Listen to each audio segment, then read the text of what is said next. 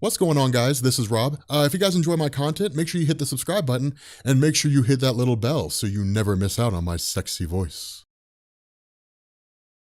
Okay, so we are in kind of a weird spot. We have about 6 weeks until we need to upload the return of Thanos after his second death, which goes directly into the prelude to Thanos Quest, which goes directly into Infinity Gauntlet. Yes, I have Infinity Gauntlet Part 8. Yes, I have Thanos Quest Parts 1 and 2. I originally had to take them down for copyright reasons, but that's since been sorted out. So at this point, I'm just waiting to re-upload those, which means that we kind of have like 6 weeks to kill. And so what we're gonna do is we're gonna upload Earth X. We're gonna do the Earth X series now, or at least just the Earth X story. I'm gonna test this. I want to see how you guys respond to it, because I don't know if people will really enjoy it, or if there's only like a small handful of people that are really even like remotely interested in it. But Earth X is really, really good. Earth X is actually the story that basically deals with the answer to the question, what would happen if everybody on Earth had superpowers? What would happen to the Marvel Universe? And how would the heroes deal with it? And so it's basically a dystopian future story. And it's actually really, really interesting. Now, there is a prelude in terms of how all this took place and what all happened. In terms of how everyone gained powers and all that kind of stuff, we'll cross that bridge when we get to it. For right now, I'm not gonna cover the prelude. I'm gonna do that at the end. I'm gonna make you guys wait. But what this initially does is this picks up with Captain America Steve Rogers. And this basically tells the origin story of his character. And that's something that I want you guys to notice. With this Earth X, the way this initially picks up is the origin stories for the characters are largely the same. They're largely the kind of stories we're familiar with. There's small changes here and there, but largely for the most part, the origin stories are still the same. For example, Steve Rogers took the Super Soldier Serum and became Captain America. He eventually went on to fight against the Red Skull during World War II and the various, German powers and so on and so forth. And then what we ended up having was the drone plane explosion. Now here's a big difference between Earth X and the main Marvel Universe when it comes to the drone plane explosion. The way this originally happened, this was done by Baron Zemo, but there's nothing to indicate that Baron Zemo is actually here. We're kind of left to believe he is, but it's really one of those things where it's traced back to the Red Skull. And so because of that, we can largely just kind of assume the Red Skull was behind the whole thing, which he kind of was when it came to the original drone plane crash. The difference here is that in the original crash, Captain America fell down into the ocean. He was basically,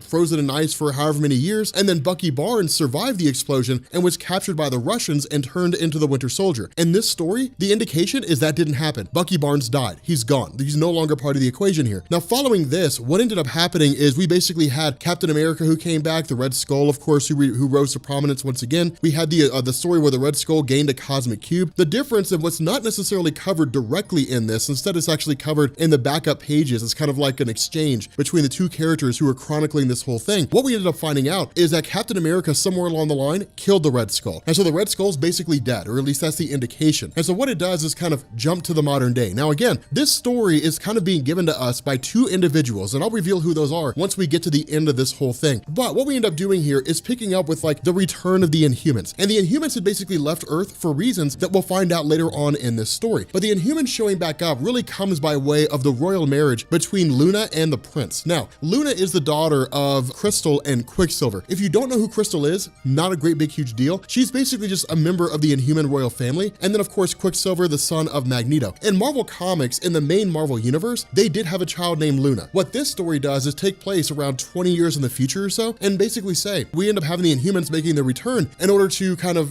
engage in this royal marriage. The problem is that when the Inhumans show back up, everything's really gone to pot. Attilan's just kind of left in shambles, and no one really knows where like superpowered people are. At least they don't know where superpowered people are, where like the Avengers or the X-Men or any of those folks are at. And so what they end up doing is taking up residence and traveling directly to New York in order to figure out what's going on. And so what we do is we basically join up with what seems to be just a city of New York that's just filled with all these superpowered beings. But what's happening here is there's kind of a reshaping of things taking place to a degree, in the sense that what you have is this kind of Hydra alien. Now, this is one of those weird scenarios, because in the main Marvel universe, Hydra basically broke off from the Germans. It was founded by Baron von Strucker. His ideologies were starkly different from the Germans, and that's one of the reasons why he became an enemy of that group, at the same time allying himself with the Hand, and then just kind of going off and doing his own thing. Because of this, in Earth X, there really is no Hydra in the sense that we're familiar with Baron von Strucker. Instead, there's just kind of like the Hydra organism. And what this thing has done is somewhere along the line begun bonding itself to various people, one of the most notable being Jennifer Walters' She-Hulk. And what it does is it basically kind of takes over people people in their entirety and brings them into a kind of hive mind collective, much like the actual like Hydra organization itself. Something else to notice here is that Steve Rogers, as we see him, is vastly different than the Captain America that we're used to. One of the things that had taken place here is that when Steve Rogers is basically being Captain America, the country had rallied under him. Now, much like in the main Marvel universe, in Captain America number 250, I think, Steve Rogers ran for president of the United States, or at the very least, was offered the opportunity to run for president of the United States. The difference is that unlike the main Marvel universe where he ran, in this story, he doesn't run. He actually rejects the whole thing. And the issue with this is that the American people see him as rejecting America. And so as a result, Captain America loses popularity. And that's one of the reasons why his outfit's so tattered. He looks kind of like, you know, like he's a man that's just struggled over and over and over again. He's really seen some things. Not only that, we end up finding out that he's not necessarily paired up with Falcon. Instead, Falcon had actually been absorbed into this Hydra organism, whatever it is. Instead, he's paired up with Wyatt Wingfoot. Now, Wyatt Wingfoot is a character that dates all the way back to the early days of the Fantastic Four. So if you haven't heard about him, don't feel bad, because in truth, he hasn't been a relevant character for something like 50 years. But Wyatt Wingfoot was basically kind of like a mascot for the Fantastic Four to a degree. He was a close friend. He would help them on missions, different things like that, but he had no real powers. He was just kind of a guy who was there. And so the idea is that he basically becomes Red Wing, at least that's the name that's given to him. He kind of becomes the new Falcon. And so that's what's pretty insane here, because we end up having the actual Falcon basically speaking to Captain America by way of this, you know, Hydra entity, saying, hey, look, you have to join us. You should show up. You should become part of our group. And where Captain America and Wyatt kind of fight against these forces, their group is suddenly met with the arrival of Cyclops. And this is an older Cyclops. I mean, he's older, he's grayed, he's not part of the X-Men. You know, as far as we're aware, the X-Men don't really seem to exist. Instead, what we're told is that somewhere along the line, the X-Men had effectively disbanded and Charles Xavier had died. And so the group's not really there anymore. Following that, we switch over to Peter Parker. And Peter Parker, again, kind of a guy who's in his 40s, you know, basically an aging guy, is told by Sergeant Luke Cage, hey, look, you have to get out of here. Tony Stark is implementing one of these purges. Of course, you also have May Parker, who's kind of watching the events unfold wearing the actual spider outfit. But that's when we end up finding out here that this attempt by the Hydra entity to basically infiltrate New York and conquer the city in its entirety is a repeating pattern. It seems to happen almost every single day. And every single day, Tony Stark sends out these life model decoy Avengers, and they go through and they quote unquote purge, you know, this Hydra entity and basically run it out of town until it comes back and tries to repeat the same process again. But that's the nature of things, because what we end up having is Steve Rogers, who is basically able to break away a piece of the clothing of one of the individuals who've been brought in by this Hydra entity, and Steve Rogers reveals that what's on this this cloth is a Red Skull insignia. Now, this is where things really begin to get crazy.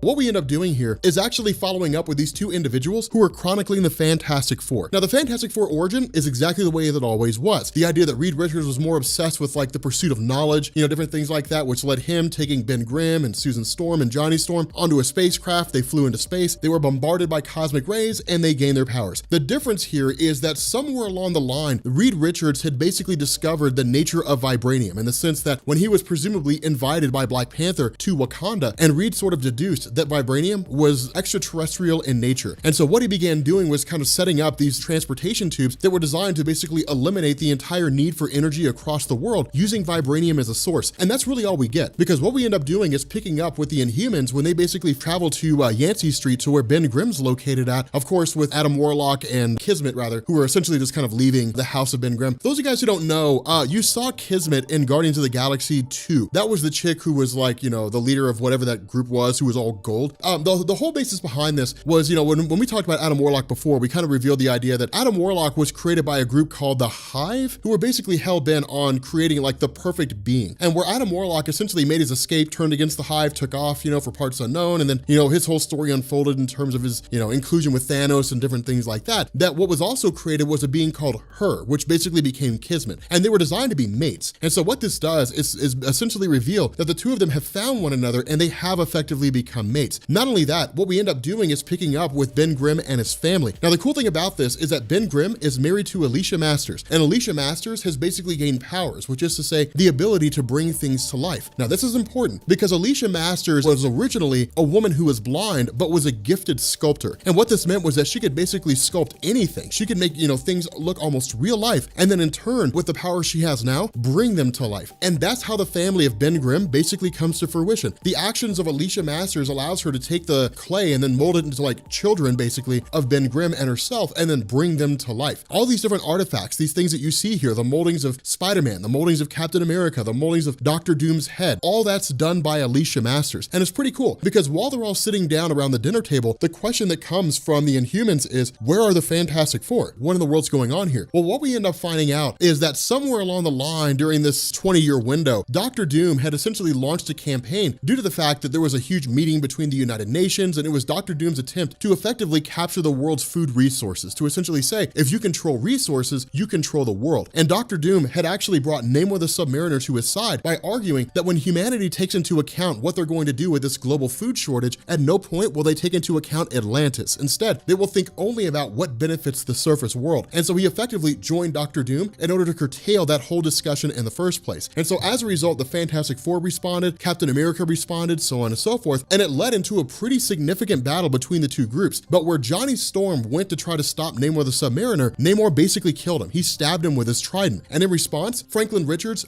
freaked out. He basically used his powers of reality warping to condemn Namor the Submariner to burn on one half of his body for all eternity. The only way for him to basically not burn on one half is to jump down into the oceans. And that's kind of where it keeps him at the moment. It keeps him underwater so that he's not literally burning on one side. But because of the fact that Susan Storm and Johnny Storm were so close as brother and sister, Susan Storm loses it as well. And so what ends up happening is she chases after Doctor Doom, immediately goes after him. He leads her into a trap and then detonates the entire facility, killing Doctor Doom himself and Susan Storm. And so all that's really left here is Franklin Richards. We're given no indication Valeria Richards, the daughter of Reed and Susan, is actually alive. And instead, all we have is just Ben Grimm and Reed. And that's where things begin to get kind of crazy because the question is asked, well, then whatever happened to Reed Richards? You know, where in the world is Reed Richards at? And so what we end up learning here is that Reed Richards, in his attempt to kind of deal with the gravity of the situation, but to also use the almost limitless resources of Victor Von Doom based out of Latveria, he basically took on Doom's armor and then took up residence in Latveria. And so Reed Richards basically became Doctor Doom. And it's really cool. It's such an awesome idea. It's such an awesome concept. But Reed is really overcome with the whole situation. He's just kind of sitting there and almost on the verge of giving up because what he does is speak with Tony Stark day after day in terms of trying to find a way to figure out what went on with regards to everybody gaining powers, how everybody got abilities in the first place. All they know is it has something to do with the overload of vibranium, but nobody really knows how. They simply know that Reed built this massive system, that vibranium was used as a conduit, basically as an energy source, that somehow it overloaded, something went wrong, and everybody gained powers across the world. And so the idea of Reed is, really to kind of like find a cure. It's to find a way to fix this. But notice this whole thing, and this is something that I want you guys to keep in mind. Notice this, when it comes to this whole scenario, it's superheroes trying to return things to the status quo. Well, the world was better when only we had powers. The world was not better when everyone had powers. It's one of those interesting things. It's kind of like a fear of change in terms of how that whole thing happens. And so it is cool. The issue is that Reed's been trying to figure it out all this time, but hasn't come to a conclusion. He's just kind of stuck in this rut of dealing with this emotional crushing, the fact that he lost Susan Storm, the fact that he lost Johnny Storm, the fact that Ben Grimm kind of abandoned the Fantastic Four ideology, went off, started his own family, and kind of left it all behind. That's really where all this is kind of coming from for the character of Reed. And so what we end up doing is switching over to this sort of carnival that's going on. In terms of this group, can you see, do you want to come see the new Daredevil? Can you kill the new Daredevil? That's really the whole idea. And they subject him to a wide array of different forms of torture, whether it's fire, something along those lines. And this guy survives each and every time. And so the result is that where he's supposed to basically be set on fire and then impaled, and that's really supposed to be about it. Instead, the entire scenario is met by this like massive amount of people who all show up at the same time. A lot of these like superheroes who just kind of pop up onto the scene and basically say, hey, look, you guys are all under the control of the Red Skull now. This all belongs to us. Everything belongs to the Skull. Either you can ally with this or you can die. That's really the only ultimatum that's given to them. But again, it's crazy. So a couple things that I want to kind of wrap into this, a couple things that I want to discuss about this for a second. The first is the state of government. So the United States government in this story has effectively collapsed. There's no more Congress. There's no more White House. There's basically Norman Osborn, who's essentially president. He has absolute power and everything's basically run by corporations. It's really run by like Norman Osborn himself. And so if it doesn't have a financial incentive, then no one cares. None of the corporations care, And so again, it's pretty wild in terms of how this whole thing unfolds. The story only ever gets better from here. It gets absolutely bonkers. Oh my God. And then you get into Universe X and then you get into Paradise X. Dude, I loved like, I think Earth X is the best of them, but like Universe X is actually pretty solid. Like it's pretty, oh dude, wait till you guys get to the Galactus reveal. Oh man, dude, you guys are gonna freak out. When we get to the reveal of Galactus, at the end of the story? Dude, okay, for those of you guys who read that, when I saw that, I was like, oh my God, Gordon, do not show people who Galactus is in Earth X. If I see a Galactus panel pop up on here, man, you're gonna be in a world of hurt. Like, I'm really excited to see the Galactus reveal. Dude, I'm actually excited to read the comments on the Galactus reveal.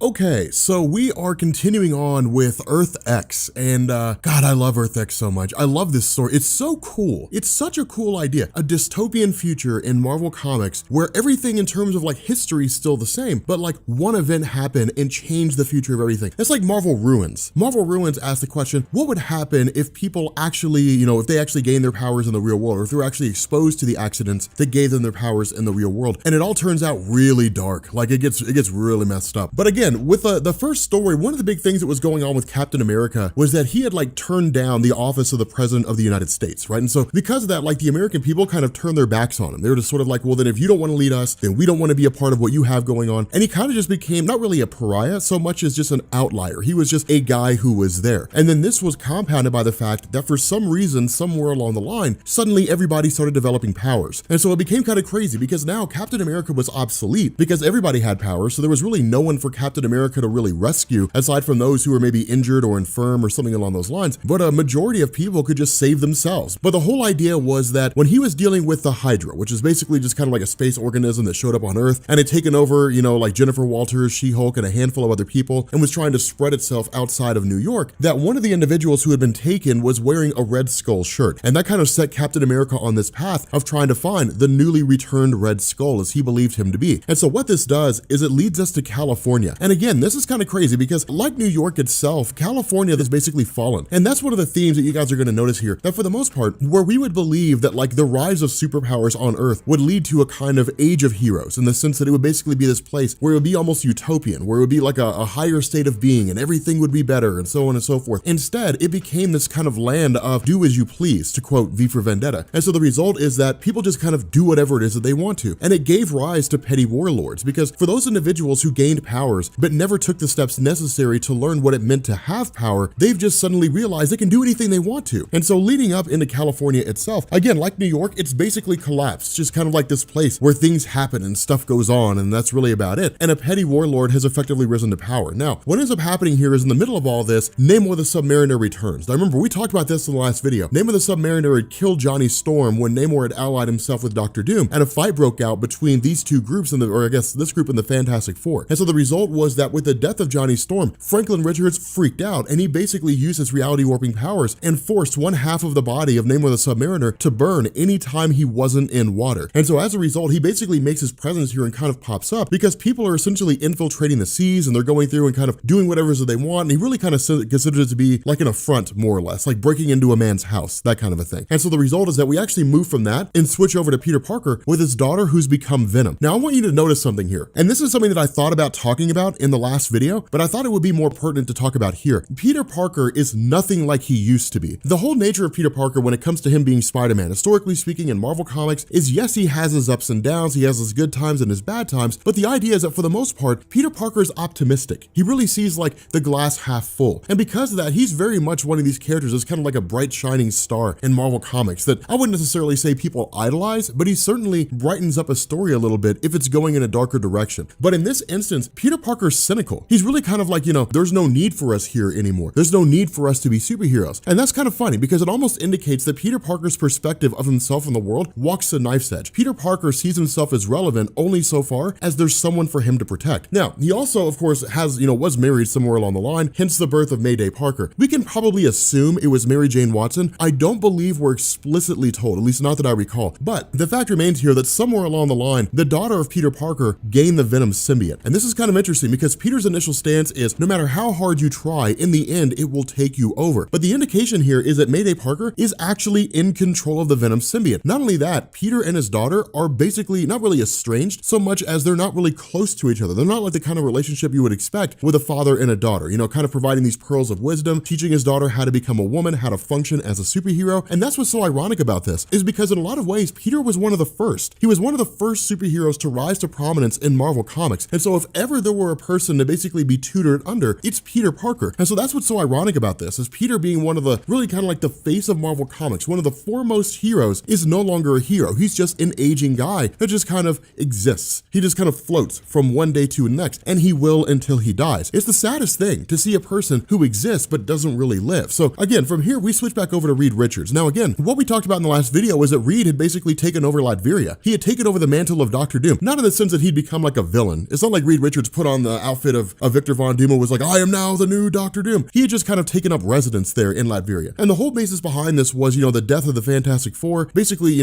Susan and Johnny Storm, really the rise of superpowers among the entirety of the planet Earth. All that rests on the shoulders of Reed Richards. And the reason for this is because what Reed had done is he had basically accessed or learned about vibranium inside of Wakanda. And because he and Black Panther were such close friends, and because there was just like an energy shortage across the world, what ended up happening is Reed had actually gone to Wakanda, petitioned, T'Challa, used vibranium, and intended to basically turn sound waves and convert sound waves into energy, light, and different things like that could in turn basically power the world. What it meant is that the world would achieve like a higher state of being. It would achieve a greater enlightenment. Humanity wouldn't have to focus on whether or not people in their countries have enough to eat, or whether or not they have electricity, or they have running water, or anything like that. All those would be a foregone conclusion. That was ultimately the idea of Reed, but notice this falls in line with the nature of Reed. Now in truth, the idea of like trying to fix the problem of everything, that didn't come until almost a decade after the story was written, but that was a natural progression. When Jonathan Hickman introduced that into Reed Richards, it wasn't a paradigm shift for his character. It wasn't a total 180. A man who's obsessed with science, a man who's obsessed with fixing the world's problems, the most natural progression is to solve the problem of everything. But where Reed is, a guy who's known for science, the truth of the matter is that Reed is a slave to science. And so in this instance, when he was trying to solve the world's problems, because it went awry, he's basically kind of stuck in his own, inner hell, more or less, of trying to figure out the solution. What went wrong? Where did I screw up? What happened? That's really all it is. That's the governing factor that controls his life. What happened? What went wrong? And what can be done to fix it? And he lives his life day in and day out trying to find an answer to that question. He's literally governed by his own mistakes. And so the result is that when he basically offers this explanation, when he says, look, somewhere along the line, something happened and there was some kind of an explosion, and this energy, this vibranium energy, was basically just dispersed throughout the entirety of the planet Earth, and suddenly people started gaining powers. The factor is what caused it, because Reed's idea is that the vibranium energy caused it, but we know that's not the case. Vibranium doesn't give people powers. It doesn't work that way. And so the result is that something had to happen. Vibranium was the means by which it could be transmitted, but like something had to give people powers. And the question is, what was that thing? And that's what Reed hasn't figured out yet. And so where the Inhumans kind of talk about, if we had enough time, we could probably figure it out. When Reed says the catalyst he used to achieve this was vibranium, suddenly heads start turning. And the reason why is because somewhere along the line, the Inhumans abandoned Earth. When everybody started gaining powers, the Inhumans left. There was no reason for them to be there anymore. The Inhumans left to basically colonize a new world and to start over again. But when they got through, they discovered another world where basically it had been totally destroyed and obliterated, but the people who inhabited that world were encased in a kind of material of sorts, but they were still alive. They were just kind of in a state of suspended animation. And where the Inhumans had considered rescuing them, what they discovered was that the source of this explosion, at least it seemed, was vibranium. And so that's really kind of what they bring to the table is, look, if what you did was use vibranium and somehow that in turn gave everybody powers in one form or another, meaning that you basically used it as an energy source and dispersed it across the world, you've doomed the planet, because we don't necessarily know exactly what it was that caused that planet to erupt. But what we do know is that vibranium was tapped into it somehow. Now, if you know the truth about what happened,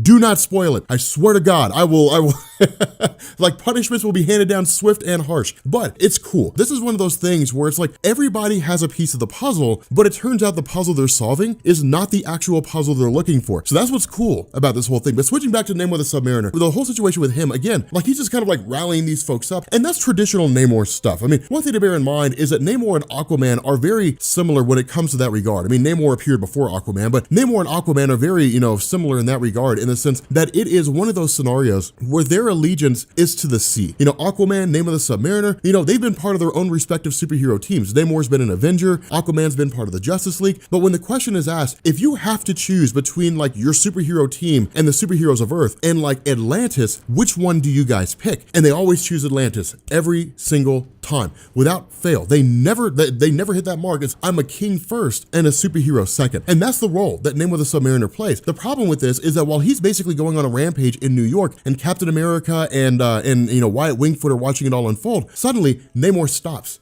He simply just stops and calms down, and that's it, and just descends down to the surface and slowly starts walking towards some person. And that's when we end up finding out the Red Skull is not the Red Skull. It's just some teenage kid who has somehow managed to take the entirety of California and place the entire state under his control. Now at this point, we kind of go on to a side mission of sorts with Reed and the Inhumans. And the reason why is because remember, when it comes to the Inhumans, the whole reason that they're here, they're supposed to basically be finding a prince of sorts, a person who's supposed to be marrying Luna, the daughter of Quicksilver and Crystal. As soon as they find that person, presumably, they would just leave. They would say, okay, cool, it's time for us to go again. And they would just kind of bail out. And so the whole idea for Reed is to basically, offer some measure of help. Again, kind of feeding into the idea of him trying to solve his own problems, calm these inner demons, so to speak. But what it would also do is help to give some insight potentially into how it was everybody got powers. And so the result of this is that where Reed initially sits down and says, it seems almost impossible to differentiate between the Inhumans and basically mutated humans, it suddenly dawns on him to grab Cerebro. Now of course, most everybody knows what Cerebro is, the device that Xavier used to basically locate mutants on Earth to differentiate between humans and then those who had an X gene. But it is kind of cool because Reed's response is, well, we can modify it and we can basically use that to find like Inhumans. And then from those Inhumans, we can sort out who this prince is that you're supposed to be locating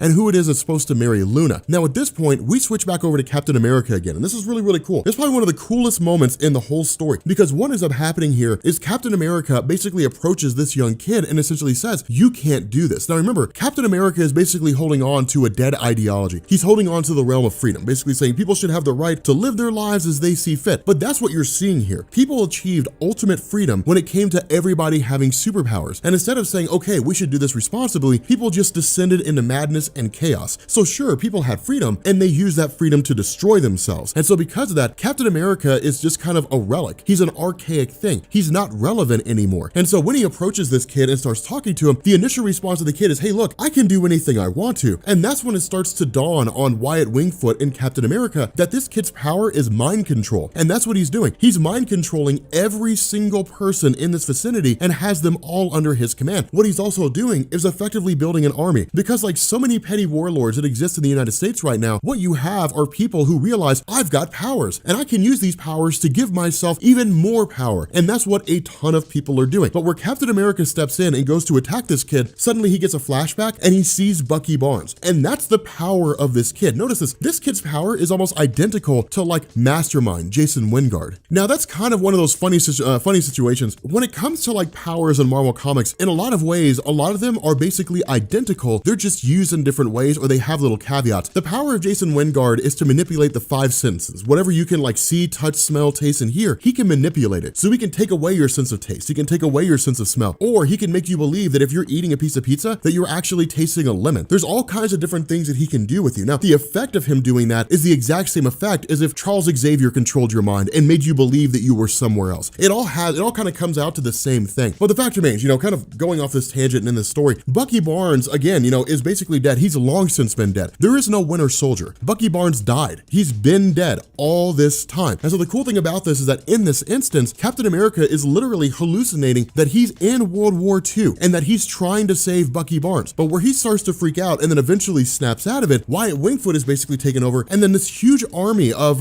Red Skull just kind of descends down onto Captain America. And the result is that where they're all screaming and they're all basically saying, we don't want to do this, you have to help us, we don't want to be the ones that are doing this, we don't mean to hurt you, Captain America has to effectively abandon everyone and run away. And that's what's so screwed up about that. It's Captain America who effectively walks out on humanity yet again. And that's what's kind of crazy, is because we would expect Captain America to stay there and fight, but it's also one of those things of run away, live to fight another day, but find a way to bring this down and set the world back to rights. And that's kind of the cool thing about Captain America in this instance. But at this point, we basically jump back to New York, essentially with, I want to say it's Betty Ross, who was mutated and ended up, becoming like this demon looking thing, this crazy looking thing. And where she's initially set upon by Hydra, they're met by the arrival of the Incredible Hulk and Bruce Banner. Now, this is kind of interesting. As far as I'm aware, I don't believe we're given an explanation as to why it is the Incredible Hulk and Bruce Banner are two distinctly different people. Although now that I think about it, I think we are given an explanation. I mean, it's not in this particular part of the story, but I think we are given an explanation in terms of like how the whole thing with Banner and the Hulk works. The way this works is that Banner's basically blind and he sees through the eyes of the Incredible Hulk. So it's kind of cool, but it is an interesting scenario because because basically Hulk's almost like this giant gorilla form, which is kind of cool, to be honest, but the whole idea is to essentially show up, to basically go visit,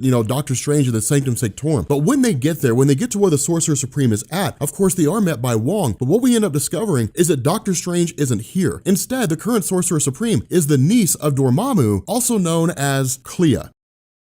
Okay. So we are continuing our discussion on Earth X. And again, like Earth X, God, you guys really seem to enjoy this. I love it too. It's a really, really cool take on like an alternate universe in Marvel Comics. But what this part does is we initially pick up with the Asgardians. Now, this is kind of a cool thing. In the main Marvel universe, the Asgardians are just sort of attributed to gods who exist in a different dimension. And that's really about it. What Earth X does is it makes them a lot more grounded and tangible. Now, one of the big things that people do is they kind of make the mistake of taking the Earth X story of the Asgardians and believing that's the main Marvel Universe story. They're not exactly identical. Instead, in Earth X, what we end up finding out here is that the Asgardians are basically aliens, and they derive themselves from shapeshifters. But the funny thing is that because they were shapeshifters, they had no true identities. They eventually arrived on Earth, and when they did, they encountered humanity, and humanity gave the Asgardians forms. And so it's kind of interesting, because while they are perceived as gods in the eyes of humanity, and they operate as gods in the eyes of humanity, they're actually prisoners of humanity. The story actually hits on the nature of Ragnarok. That's one of the questions that's asked here. Won't Ragnarok be the end times of the Asgardians? But the reason why Ragnarok will exist is not because it's a totally separate set of circumstances that involve Surtur and all these things and will inevitably happen to the Asgardians outside of the fates of humanity. Instead, Ragnarok is defined as the end times of the Asgardians, meaning Ragnarok will come when humanity ends, when the world is destroyed. And the reason why is because when the world is destroyed, humanity will be destroyed with it, and there'll be no one left to give these various Asgardians any real appearance or anything. There'll be no one left to basically guide them on what they should be. And so the result is that they will most likely just kind of self-destruct, or they'll just go on to become something else. But regardless, the Asgardians, quote unquote, will effectively come to an end. And that's kind of the cool thing here. It takes this origin story, it kind of turns it around a little bit, it shifts it around, but everything else remains intact. Thor was eventually banished from Asgard in order to learn humility. Loki was the trickster. Odin was the king of all the Asgardians, all that kind of stuff, It's cool because a lot of that history still remains intact. But at this point, we switch back over to Latveria, basically, to Castle Doom. Now again, because of the fact that Reed Richards had been masquerading as Victor Von Doom, and the Inhumans had arrived back on Earth looking for the husband of Luna, the daughter of Quicksilver and Crystal, what this meant was that when Reed Richards basically left to go find Cerebro, the device that was used by Xavier to locate mutants, suddenly all these Doombots start activating, believing that these people are basically threats, that they're not supposed to be here. And the fight is pretty straightforward. I mean, there's not a whole lot to go on with it, but something that I want you guys to notice here is they don't make any moves towards Black Bolt. It's like he's not there. And the question is initially asked, but the answer is just kind of left lingering. And so at this point, we switch back over to California, to Los Angeles. Now remember, Los Angeles is basically the home of the Skull, this young kid who developed the power of mind control and is working to essentially kind of be the new Red Skull, so to speak, or at least adopted the insignia of the Red Skull and has been essentially consolidating power. Now, because of the fact that he has the power of mind control, what this means is that anyone who just kind of stumbles across his path, any wayward person who travels to LA for whatever reason, will basically be ensnared inside his sphere of influence, and the result is that they'll become his pawn. But in the midst of all this, Captain America is met by the arrival of Daredevil. Now remember, this is a person masquerading as Daredevil. It's not actually Matt Murdock. We'll find out who this person is, but it is cool because this guy basically shows up and simply says, look, I'll join you, Cap, on your mission. I mean, you're gonna fail, but like, I wanna be there to be a part of this whole thing that you're doing. The whole motivation behind this guy showing up, joining Captain America, is that his audience has been stolen from him. That seems to be the only real motivation, but notice it's kind of nonsensical and it's kind of silly, which should give you a little bit of insight into who Daredevil is at the moment. But the other half of this is that Captain America has basically come across a handful of mutants that exist inside of Los Angeles. And so what he actually ends up doing is sending these guys directly over to Cyclops. Now we'll pick up with that here in a second, but at this point, we jump over to the new Sorcerer Supreme, Clea. Now remember, Clea is basically the niece, more or less, of Dormammu, but we're not really told what goes on with Dormammu. We're not really told what's going on with his character or anything like that. What we are told is that at some point along the line, Stephen Strange's spiritual essence had like gone out into, the astral plane, and something had happened where it's believed that his spiritual essence has been destroyed. What this does is it basically leaves his body without a soul, and the result is that Clea was the one who took up the mantle of the new Sorcerer Supreme, and they're just kind of hoping Doctor Strange comes back eventually. But the whole idea of Bruce Banner showing up here with the Incredible Hulk is to basically say like they had a dream, and the dream was that they essentially encountered Mar-Vell of the Kree. Now remember, Mar-Vell was the original Captain Marvel in Marvel Comics. In Marvel's main continuity, he died of cancer. That was a story that was written by Jim Starlin in 1984, and he was gone. It was a way to write him out and basically try to find a way to replace him with somebody else, which ultimately became Carol Danvers. But the whole gist of this is that he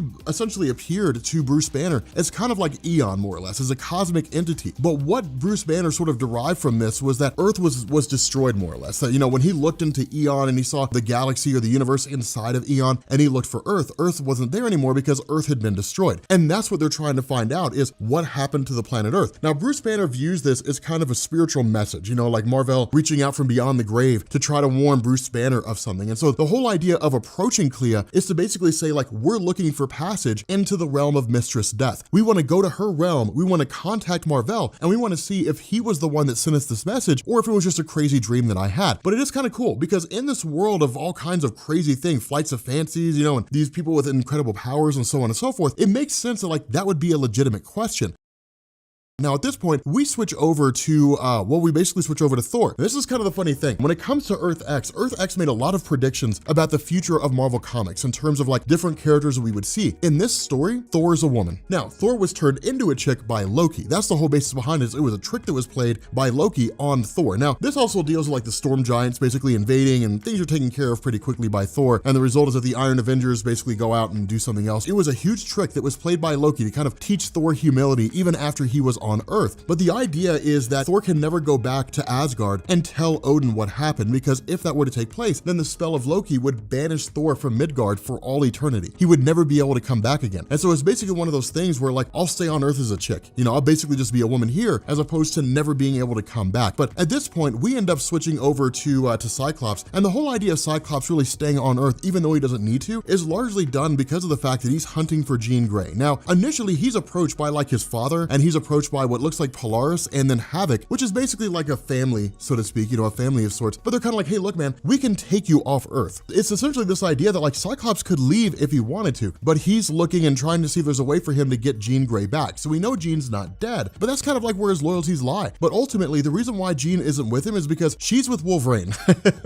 In this story, she got with Wolverine. And where we would expect a kind of, you know, maybe like a Bonnie and Clyde kind of situation or scenario where like they're off having adventures or they live a really dangerous life. Instead, they have like the crappiest life imaginable. She just sits at home all day long, and like he just drinks beers all day long, and that's it. They just loaf around and not actually doing anything with their lives. But it is interesting to see this take, because for the most part, when people imagine, you know, Jean Grey going with Wolverine, again, like we said, they usually kind of imagine this sort of life where like they're out doing crazy things. We never really imagine them just kind of settling down and their lives going nowhere. But ultimately, what ends up happening is we basically have this point whereby we jump back to the castle of Victor Von Doom, and Karnak hits on a very important thing. Of course, Karnak is a member of the Inhumans who actually never went through Terrigenesis, at least not in the main Marvel continuity. There's no indication that he went through it here in this story, but Karnak's basically very good at like figuring out the quote unquote weakness of things, figuring out the problem with any one particular situation or like a structure or something along those lines. But his line of logic has led him to one inevitable conclusion. It was not the implementation of vibranium that led to like everything going on here. Instead, the only indication here is that this involvement of vibranium is a byproduct of the fact that like it mutated people. Like in Wakanda, for example, it turned Black Panther into like an actual panther, but like that's about it. But that was a mutation that was going on for like decades, you know, before T'Challa ever became Black Panther. And as that was progressing, the issue here is that in a matter of almost overnight, people suddenly develop powers. And so in the mind of Karnak, it has nothing to do with vibranium. Vibranium may have been the catalyst, but it had nothing to do with vibranium. And so that's kind of the mystery here, is if Reed Richards is wrong, if he's basically incorrect about what it was that gave everybody on Earth powers, then the question is,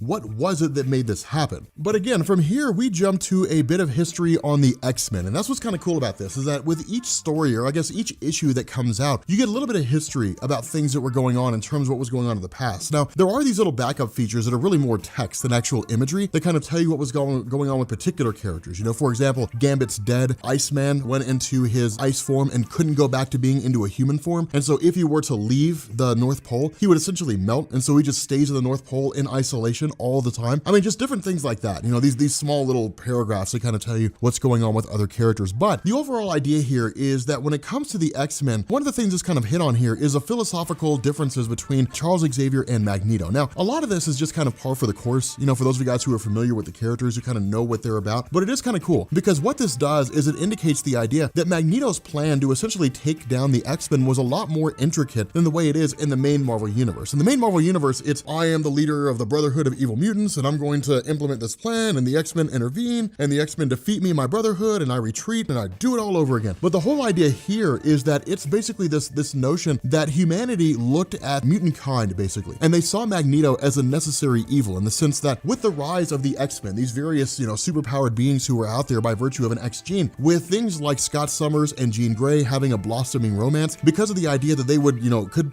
conceivably procreate, what it meant was that with the procreation of mutants, humanity would begin to basically fade away. Mutants would begin to replace them. And so because of this, humanity looked at Magneto and simply said, well, maybe Magneto will basically instigate like a gene war. There'll be a war that'll take place among all the mutants and they'll basically destroy themselves, and things will be that simple. And it is kind of cool because that was the plan of Magneto in a lot of different ways. The plan of Magneto was sitting down and realizing that Charles Xavier's dream of a peaceful coexistence was too good for a lot of people to ignore. And so what Magneto did is by playing the villain, he made Charles Xavier into the good guy. And the whole gist of this is that as the good guy, Charles Xavier has to walk the good guy path. And what that means is the first time he fails, the first time he falters, the first time he makes a mistake, suddenly everybody's on him. Well, he's not the good guy anymore. He's just as bad as Magneto. And if he's just as bad as Magneto, then why not just go join Magneto? That was the whole idea. It was pretty intelligent and pretty smart the way the whole thing worked out. But again, Reed Richards is kind of visiting what's left of the Xavier Institute, which has long since been in shambles, essentially grabbed Cerebro for the purpose of going through and examining everything and trying to figure out if there's a way for him to basically locate the Inhuman gene, more or less, and then allow the Inhuman family to sort of rise to prominence again, and then all the Inhumans on Earth to leave along with the royal family. That's really kind of the immediate purpose that he's serving here. But then we switch over to Cyclops himself, and this is cool because what we end up finding out is the small band of mutants that Captain America had run into in Los Angeles were rounded up by Captain America and sent to Cyclops in order to be trained. But notice this, Cyclops is initially adverse to it. I mean, all these guys basically attack him all at the same time, and that was just designed to say, hey, look, here's how far we are in our training, here's how advanced we are. But like Cyclops doesn't really want to train these guys. I mean, he does, but basically he doesn't want to fall in line of being Charles Xavier, because in his mind, it's repeating the same thing that happened before, that like people are going to gain power, you know, people will have power like they had before, but training these people on how to use their powers would basically train them on how to use their powers so they could use them nefariously. They could walk away and become villains, more dangerous villains than they were before they met Cyclops, any number of these various circumstances that could arise. But ultimately he ends up going with it just because of the fact that it gives him motivation, it gives him purpose. Notice this, for a lot of the older people who were here, Captain America, Cyclops, these guys, is doing what they can to latch on to the last vestiges of what they remember from like the way things used to be, hoping things go back to the way they were before, clinging to the past, unable to look into the future. And so what we end up doing here is jumping back over to the whole idea of Bruce Banner and the Incredible Hulk and all these guys basically trying to find a way into the realm of Mistress Death. Now, one of the things that's kind of hit on here when it comes to Clea is that Mistress Death, as she exists here, is a lot more evil than she exists in the main Marvel universe. In the main Marvel universe, she toys with people, but it's one of those things where like she's willing to barter. There's been times where Mistress Death has actually allowed souls to leave the realm of the dead if she gets something in return of significance. In this, it doesn't work that way. In this, it's once you're in the realm of the dead, you're in there forever. And if you go walking into her realm and you have a soul, she'll take it and you'll literally just be stuck there for all eternity. You'll never be able to leave. She'll never let you leave. So she seems very vindictive, very evil, you know, very, very cruel and cynical. But the whole idea is that Bruce Banner basically says send the Incredible Hulk in there. And on the surface, it seems pretty cold-hearted. But this is when we find out that the Incredible Hulk is basically the soul of Bruce Banner. I'm sorry, Bruce Banner, I guess, is the soul of the Hulk. And so it's basically this idea that like the Hulk is its own entity. It can think, it can feel, different things like that. If it goes into the realm of Mistress Death, as long as Bruce Banner's on the outside, then like there's no risk of stealing the Hulk's soul because the Hulk's soul is on the outside. It's in the form of Bruce Banner. And so it's the best way to get somebody in there to figure out what's going on. The problem with this is the Incredible Hulk's not the sharpest tool in the shed. Now, Banner believes that he's basically managed to reconcile this information by essentially like writing to the Hulk and basically like giving him a message in a bottle, so to speak, so that when the Incredible Hulk is there, he can crack this open, he can examine it and basically take a look at things and just sort of figure out what's going on. But at this point, we switch over to Cyclops sort of training these X-Men to a degree. It's a small moment, but again, he's kind of stepping into the role of Charles Xavier. He prefers to be called Mr. S, but he's stepping into the role of Charles Xavier. That's basically what he is now. He is a person who has stepped into the the role of a leadership capacity by circumstance, not really by actual choice, but he's maintaining this choice in the end. That's really kind of the motivation behind it and the basis behind it. So it is cool, but what we end up doing is basically following up with Captain America and Daredevil while they're essentially racing, trying to stop this mob of people from like getting to New York, basically trying to control the sphere of influence of the Skull. But the way this ends is essentially them just like going into a tunnel. That's really about it. But what Daredevil basically hints at is that he can be dismembered. He can be taken apart piece by piece and then reassembled again, basically heal himself. So again, gives us a little bit of indication who Daredevil is in the Earth X universe, but it is cool.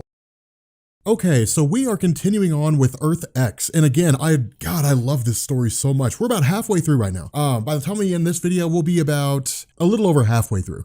This is such a cool story. I love Earth X so much because it's interesting. I'm still debating on whether or not I'm gonna do Universe X and Paradise X. I'm still not 100% sure yet. But what we do in this video is we initially pick up with the origin of the Incredible Hulk in Earth X. And for the most part, this origin story is almost identical to the origin that exists inside Marvel Comics, with one major difference. Now, of course, the whole idea of like Bruce Banner having been a genius and then going on to basically develop the Gamma Bomb, that's all still intact. The difference here is that in the main Marvel continuity, the idea was that Bruce Banner had these different forms of the Hulk, quote unquote, because they represented different facets of his personality. You had like Joe Fixit, who was the mobster Hulk. You had like Devil Hulk, different things like that. In Earth X, that's not the case. Instead, they're just evolutions of the same being. The idea is that inside of Bruce Banner is this gamma radiation that's constantly growing and constantly expanding. What the gamma radiation is trying to do is leave the body of Bruce Banner and manifest itself physically. And that's what takes place. What ends up happening here is Bruce Banner and the Incredible Hulk basically split. And that's why you have two distinctly different people here. You have Bruce Banner and then you have the Incredible Hulk. Again, the caveat to all this is that Bruce Banner sees through the eyes of the Incredible Hulk. Now, again, this all ties into the ongoing events of what's taking place with regards to Banner and Clea and so on. But before we jump back into that, I do want to kind of pick up with this next little transition, which deals with Reed Richards looking for Cerebro. Now again, Cerebro of course is the helmet used by Charles Xavier that was designed for the purpose of locating mutants, but because the X-Men have been defunct for really a number of years, and because Xavier himself is basically dead, what this means is that the Cerebro helmet's just kind of been out there. Now under normal circumstances, the helmet can only be used by those who have telepathic powers. Reed Richards doesn't have those, and so the question is, how's he going to be able to pull this off? Now what he does is he actually goes to see Ben Grimm, and the reason for this is because Ben Grimm basically has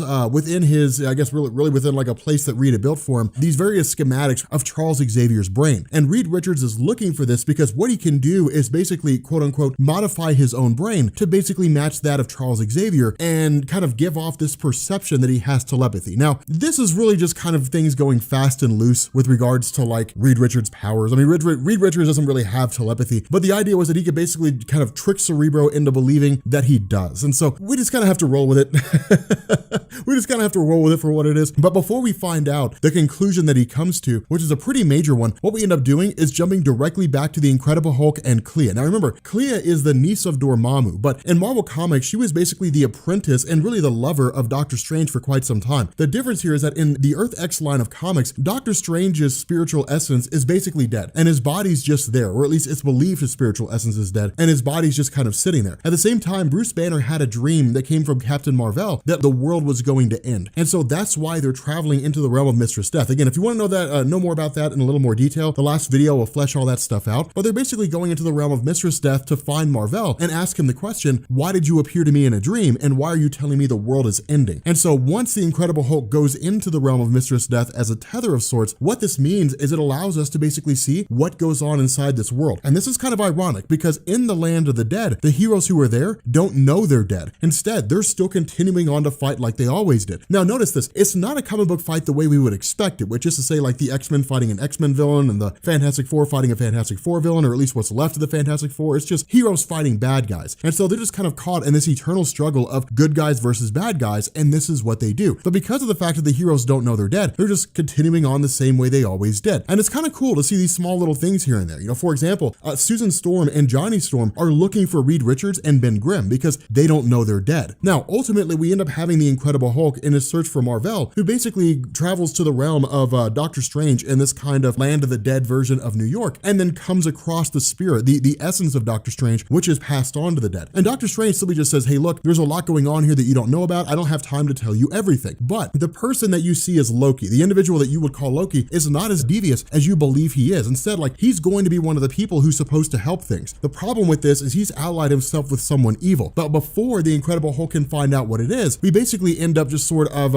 transitioning back to Bruce Banner. And this is when we start to go through everything that's going on, because what ends up taking place is Bruce Banner really kind of calls out and says, hey, look, things are getting kind of hairy in here. Ultimately, like, Thor jumps in. Now, it's really Bruce Banner putting on a ruse, right? I mean, Doctor Strange tells the Incredible Hulk, really tells Banner through the eyes of the Hulk, do not tell anyone that you're talking to me right now. No one can know you're talking to me. And the reason for this is because the death of Doctor Strange came at the hands of Clea. She killed her own master. She basically destroyed his spiritual essence. And the reason for this is because she turned her back on Doctor Strange and allied herself with Loki. So, like, it's pretty intense and pretty hardcore, and it is pretty interesting. But what we end up doing at this point is jumping directly to Captain America, because again, inside the city of Los Angeles, you basically had a young kid called the Skull. And this kid essentially had the power to dominate the minds of others, cast illusions, different things like that, basically bend them to his whim. And the result is that he's been amassing an army that's about 10,000 strong. And where Captain America had sent out these few mutants that he discovered here and there to basically go receive training from Cyclops, they've been banding together, and Captain America's basically been building an army under the auspices that when you end up having the Skrull and his forces who show up in New York, that Captain America is going to be able to take them on with his own gathering of sorts. Now, one thing to bear in mind here, it's not like the Skrull is showing up to New York with an army of like 10,000 superpowered people. It's not really like that. Instead, it's just an army of 10,000 people. And so there are a lot of superpowered beings there, but just because people have powers doesn't mean they have even powers. So really, the scales could kind of go either way. The benefit for the Skrull is that at the end of the day, the good guys will try not to hurt innocent people. And that's where the villains will ultimately end up coming out on top in the various skirmishes and the conflicts that we've seen over the course of Marvel Comics history. Now, at this point, we jump directly to the origin of Peter Parker's Spider-Man. And again, this origin falls very much in line in the same way. It starts to give us this origin of Peter Parker, who gained his powers from a radioactive spider bite. Ultimately, he fell in love with Gwen Stacy. Uncle Ben died. Peter Parker had his whole history. Gwen Stacy eventually died, and the night Gwen Stacy died storyline. And then, of course, he goes on to marry Mary Jane Watson. Now, basically, of course, their whole situation comes to an end, but it also hits on things like Peter Parker getting the Venom symbiote during the original Secret Wars from 1984, and that explains how the Venom symbiote is here on Earth. So again, all these histories are still pretty much the exact same. The difference is that in this story, we end up basically picking up with John Jameson showing up to the two people who have been analyzing this the entire time. Now, that's why I wanted to kind of hold off and basically offer this explanation on who these guys are. What we have here is essentially Uatu the Watcher and Machine Man.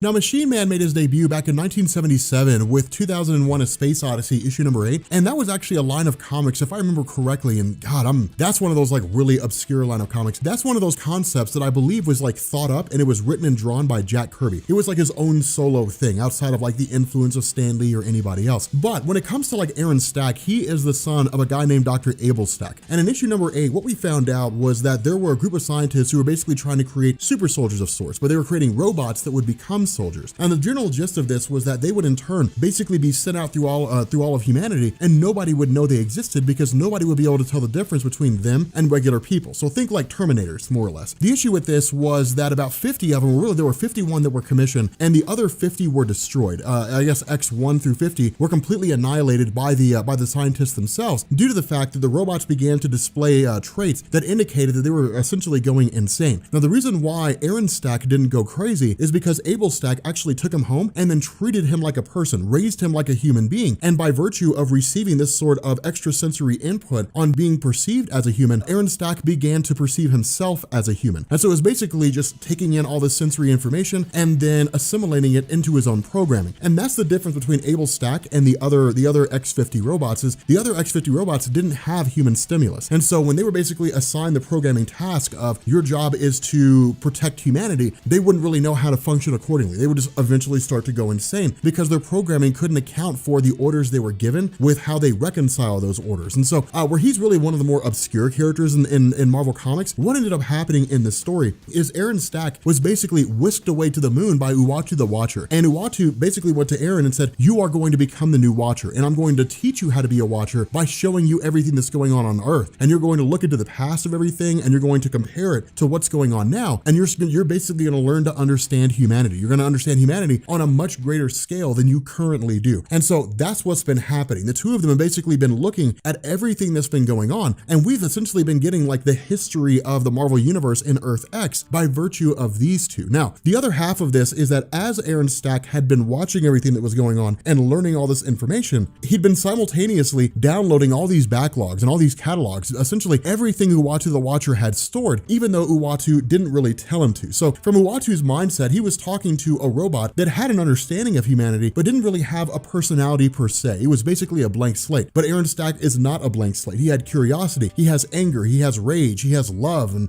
jealousy and affection and different things like that. And so the result is that he's basically learned that Uatu the Watcher is harboring a secret, that there's something going on here behind the scenes that Uatu knows about that Aaron Stack himself intends to try to end. So it's almost like all these different roads are sort of converging into the same place. Now, in the midst of all this, of course, John Jameson shows up and says, look, there's a massive ship headed this way, and like it looks like it's powerful enough to obliterate the Earth. I have no idea what this means or what it's going to do. But before we end up jumping into all that, we basically go back to what it is that's taking place on Earth, and we essentially pick up with the forces of the Skull showing up in New York and basically attacking everybody that they come across. Now, this is really more of like a, hey, we're here, we're conquering everything. Those who disagree will be dealt with. They'll be, either they'll be brought under my control or they'll be destroyed. And then we'll just kind of expand our sphere of influence. And where Captain America shows up to the residence of Tony Stark, the argument he makes here is really, really intriguing. The idea of him showing up is saying, hey, look, man, like you're part of this just like anybody else. You have to get involved. But remember, Tony Stark is kind of removed. He's isolated from humanity. He just kind of serves the purpose of trying to keep things in order, as well as trying to make sure that like the global supplies are kept in check and everything else just kind of exists out there. And so really everything outside of whatever it is that Norman Osborn cares about and whatever it is Tony Stark cares about is just kind of no man's land. It's just kind of like, the land of do as you please. Maybe you'll survive, maybe you won't, but that's not my problem. Now, again, with the forces of New York stemming off this attack as best they can, the Skull's ability to like dominate the minds of others is seen in a multitude of ways. For example, the cops that are with Sergeant Luke Cage are forced to turn on Luke Cage, but of course,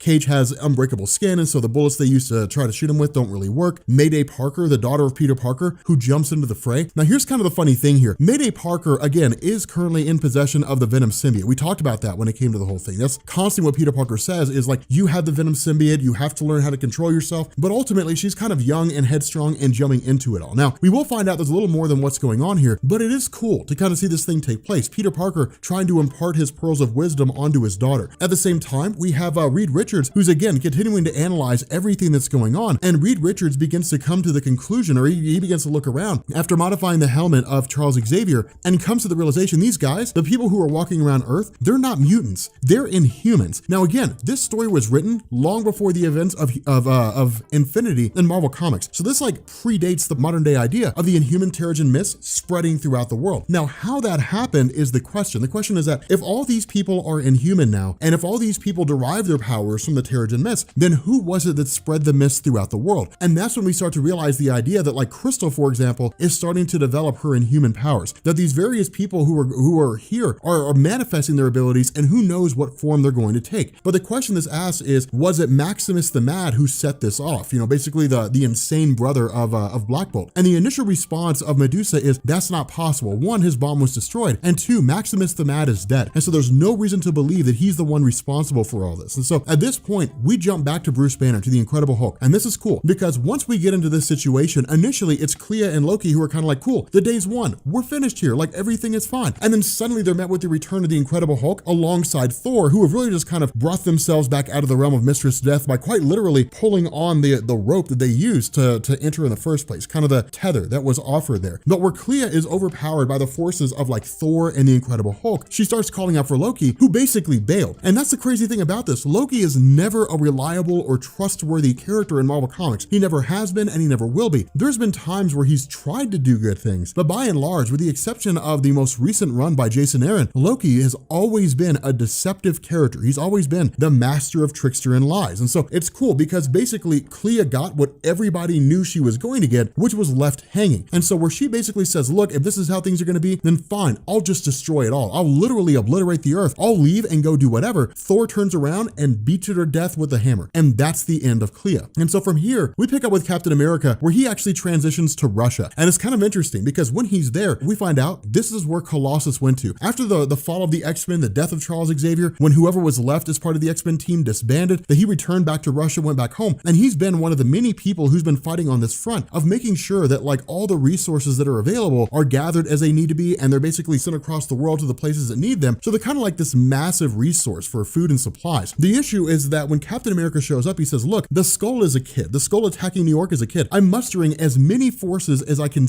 conceivably do in order to try to bring as many people under my belt as I possibly can. And where Colossus says no, Captain America again reiterates. He says, look, this is a kid, and he looks at the world through a kid's perspective. He doesn't see all the ends. He sees the world in black and white. He doesn't see all the shades of gray. It's kind of a wild scenario. In the middle of all this, the group's suddenly attacked by like Nick Fury. And what we find out is that Nick Fury's life model decoys have been routinely showing up and attacking Peter. They've been consistently showing up and like trying to take these guys out because their programming is basically just starting to go awry. It's really cool. And it's really fascinating to show like these other parts of the world. But again, picking back up with Mayday, where she goes and basically fights Iron Maiden, who's, you know, kind of being controlled by Red Skull, or I'm sorry, by Skull, or at least it seems like it is. Ultimately, she's able to get the upper hand and actually able to get the defeat. She's actually able to defeat the Iron Maiden and call it a day just by kind of, you know, covering her face in webbing and essentially cutting off her oxygen supply and knocking her out accordingly. But once she shows up and goes to confront the Skull, she learns the lesson that all inexperienced superheroes do. Just because you can fight a battle doesn't mean you should fight a battle. When Mayday shows up and she lands in front of the Skull with the intention of taking him out, she can't move, she can't do anything, and the Skull says, actually, you're in love with me, and just dominates her. And that's where people begin to just kind of give up and call it a day. It's really like everything's basically lost here. And so the Skull shows up to the residence of President Norman Osborn and simply says, like, your reign is over. We're gonna throw you out that window, you're gonna die, and I'm gonna become the new president of the United States.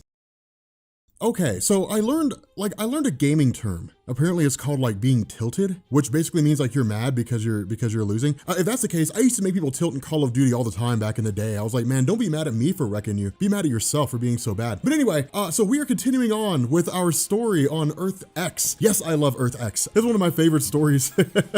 I love this story. Again, this is like a dystopian future. So it's just like, man, like things are really popping off. Now, so far, what we've basically had is the idea that like everybody on Earth has powers.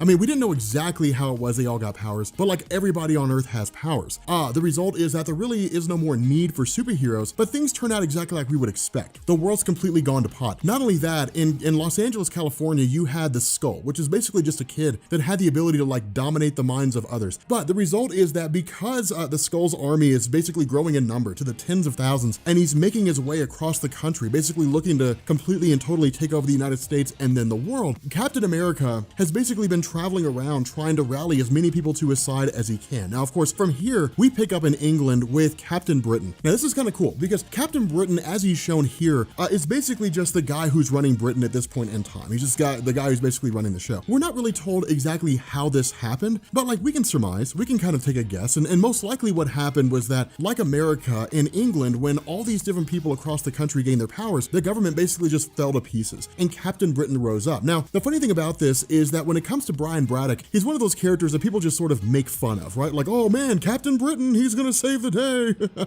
Not. That's kind of how people, you know, talk about Captain Britain. He's kind of a jokeable, laughable character that no one really pays much attention to. But if you go back and read his stories, while he is kind of a joke of a character, the way he's written sometimes, he's got it where it counts. But the whole idea is that with Captain America showing up here and saying, look, like we need you to our side, what we find out is that what basically passes for Excalibur in Earth X, that they're all basically gone. Like they're basically out of this. Now, what ended up taking place here is the group went against a guy named Grey Gargoyle, who I want to say is Paul Duvall. I think that's his name. I want to say with his powers, he can touch things and turn them to stone. I can't remember. Honestly, he's so obscure of a character and I'm too lazy to look him up. But regardless, all the members of Excalibur are stuck in stone. But basically, that's why Captain Britain's like the only person here. Captain Britain says, no, I'm not going to join your ranks. Like, go do your own thing, but my loyalty is to Britain. My loyalty is not to the United States. I will do whatever I need to do in order to keep this place protected. And so from here, we pick up with the skull in New York in the home of Norman Osborn. Now, the funny thing about this is that this throws into sharp relief the nature of the president of the United States, right? Like, take away the armies, take away the Secret Service. What's the president of the United States? Just a guy in an office, and that's it. Like, the president exists and functions because people are willing to do what he asks them to do, but that's it. I mean, Norman Osborn is just like a guy who's here. But like, when there's no one there to protect him, well, then suddenly the president becomes awfully vulnerable. And that's what goes on here. Like, the skull walks in and it's just like, you're just a guy in an office, man. Like, you have no power. Like, you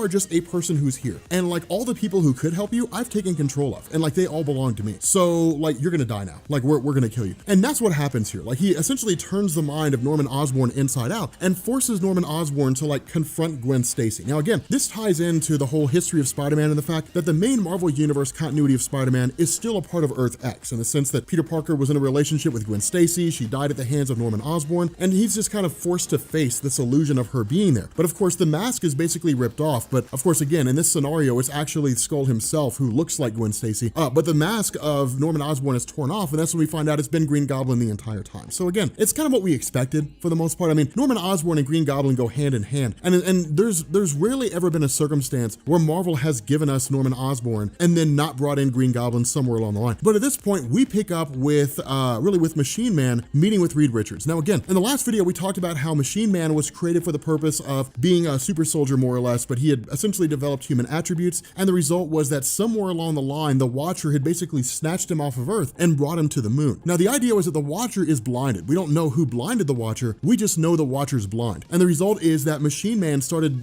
spilling, or at least starts spilling all this information to Reed Richards, all the things that he's learned. And one of the things that he's learned here is that when it comes to like all these beings on Earth who have superpowers, that we're basically antibodies, or at least these superheroes and all these people with powers are essentially antibodies for the Earth. They're designed to fight off quote unquote infection. That infection basically being whatever space invading organism or race or Thanos or what have you comes to Earth and tries to destroy it. They're basically designed to be a safeguard, but we don't know why. All we know is like, that's the case. The implication is that it's because the Celestials wanted it to be that way. But again, we don't know if everybody having powers was part of the plan or if everybody having powers was the plan gone awry. So again, it is kind of intriguing, but it's designed to kind of build up this whole idea of like the greater role that Earth X plays with regards to this story.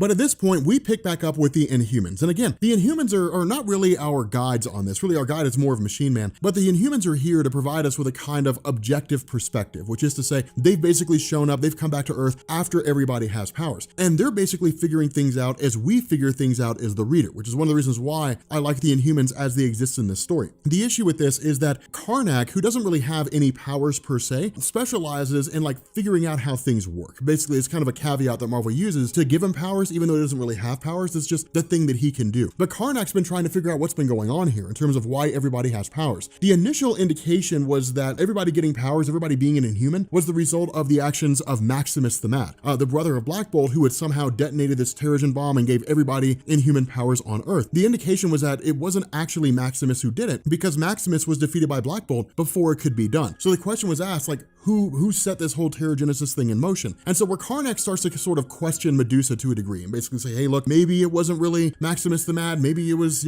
somebody, that guy over there who doesn't talk, maybe it was him, where he kind of hints at that idea. Medusa dismisses it. Now remember, Medusa as the wife of Black Bolt is loyal to her husband and loyal to the king. Medusa will kill every Inhuman that exists out there before she will betray her husband willingly. And that leads us into the revelation of who detonated the Terrigen bomb. And we end up finding out it was actually Black Bolt himself, that Black Bolt had detonated this Terrigen bomb and gave everybody on Earth Inhuman powers. And the reason for this is because of the fact, in the mind of Black Bolt, that there were some Inhumans who had left the royal family, and there were some Inhumans who, by whatever manner and whatever means, had developed their powers. And the result was that Black Bolt saw how they were treated. In a lot of ways, people believed they were mutants because no one knew about the Inhumans. And so when Black Bolt looked and realized that some of them are actually Inhumans and that normal human beings are treating them terribly because they have fantastic powers, Black Bolt's idea was that if the Inhumans are going to leave Earth, he's going to provide, quote unquote, one last gift. He's going to detonate this Terrigen bomb, and all the Inhumans that exist on Earth are going to gain powers. And that's exactly what happened. Everybody basically started gaining powers. And that's what ends up happening with regards to Machine Man explaining all these things to Reed Richards when we jump back. Machine Man basically says, like, this was part of the plan. When the Celestials modified the genes of early man and they created the Deviants and the Eternals, and the baseline humans would eventually go on to develop mutant powers or what have you, and when the Inhumans arrived on Earth and so on and so forth, all that was part of the role of these Celestials. That this is what the Celestials do. The Celestials travel from one world to the next, and they plant their offspring, their seed, so to speak, inside of a planet. And then they charge the denizens of that planet to keep it safe, not really telling them what it is. Instead, they just modify their genes so that there are various superheroes that exist. They'll fight amongst one another, but they will be protective of their home. And so following the desire for survival, if an alien race shows up, like Thanos invades or something like that, they'll fight off Thanos because he's a villain, he wants to destroy the Earth, they want to keep the Earth safe, all the while not realizing what they're actually doing is protecting the celestial seed inside of the Earth. And that's what's happening right now. At this point, what seems to be going on is the Celestials are making their return because the seed has germinated, and now it's just a matter of the Celestial inside the Earth being born. And when it does, when that happens, the entirety of the Earth will be destroyed. And so at this point, we jump directly to the Battle of New York, basically, with the Skull's army facing off against Captain America's forces. And this is interesting. This is one of the reasons why the Skull is such an intriguing character, because this guy is basically just a kid, and he views the world as a kid. Well, I want respect. Treat me with respect. If you don't treat me with respect, then I'm just going to be angry at you. Like he's very much childlike in terms of how he views the world. And the result is that where one of his members basically insults him, then he simply says, "You guys do what I tell you to. You guys don't have freedom here. You guys do whatever it is that I tell you to do. You guys live and breathe because I allow you to." And he illustrates this point by taking away everybody's ability to move. And so you have Captain America's forces running through, just killing every single person that they come across, destroying all these different forces of the Skull, and then ultimately going for the Skull himself. Now, ultimately, we end up finding out that like the forces of Captain Britain ended up joining the forces of Captain America, and they're literally just going through and wrecking as many people as they can. Now, ultimately, the Skull simply says, "Okay, fine, everybody get back to it." Because honestly, what kingdom am I going to have if I can't dominate this place? At the same time, what you also have is the Incredible Hulk in this situation. Now remember, this fight, being as cool as it is, brings in some pretty unique things. The Incredible Hulk is an extension of Bruce Banner. Now,